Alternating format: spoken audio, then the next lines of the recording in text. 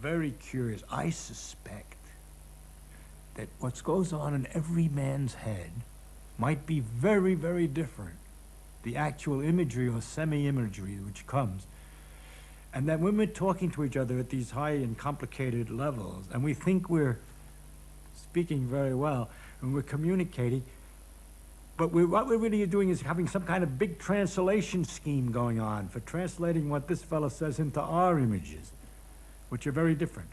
I found that out because at the very lowest level, I won't go into the details, but I got interested in, well, I was doing some experiments, and I was trying to figure out something about our time sense. And so what I would do is I would count, trying to count to a minute. Actually, it took me, say I'd count to 48, then it would be 1 minute. So I'd calibrate myself, and I would count a minute and 48, think I was counting seconds, but it's close enough. And then it turns out if you repeat that, you can do very accurately. When you get to 48 or 47 or 49, not far off, you're very close to a minute. And I would try to find out what affected that time sense and whether I could do anything at the same time as I was counting. And I found that I could do many things. I could, there were some things that not. For example, I had great difficulty. I was in the university. I had to get my laundry ready. And I was putting the socks out, and I had to make a list how many socks, and it was something like 6 or 8 socks, and I couldn't count them because the counting machine was being used, and I couldn't count them until I found out I could put them in a pattern and recognize the number.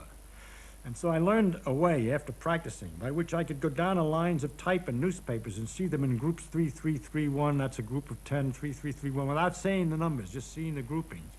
I could therefore count the lines of type I practiced in the newspaper at the same time I was counting internally the seconds. And so I would come, I could do this fantastic trick of saying, 48, that's 1 minute, and there are 67 lines of type, you see. It was quite wonderful.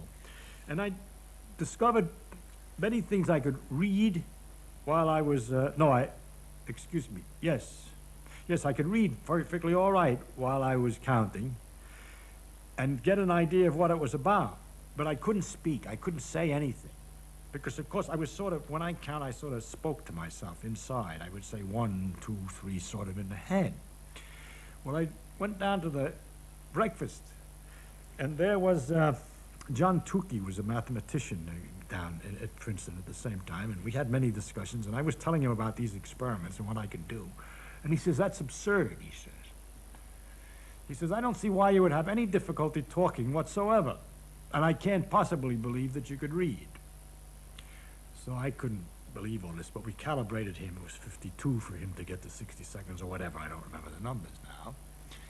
And then he'd say, all right, he said, what do you want me to say? Mary had a little lamb. I can speak about anything. Blah, blah, blah, blah, blah, blah. 52, it's a minute. And he was right. And I couldn't possibly do that. And he wanted me to read because he couldn't believe it. And then we compared notes, and it turned out that when he thought of counting, what he did inside his head when he counted was he saw a tape with numbers that when clink, clink, clink, the tape would change with the numbers printed on it, he could see. Well, since it's sort of an optical system that he's using and not voice, he could speak as much as he wanted. But if he had to read, then he couldn't look at his clock.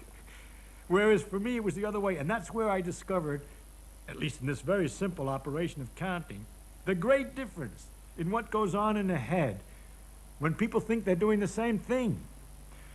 And so it struck me, therefore, if that's already true at the most elementary level, that when we learn the mathematics and the Bessel functions and the exponentials and the electric fields and all these things, that the imageries and method by which we're storing it all and the way we think about it could be really, if we could get into each other's heads, entirely different.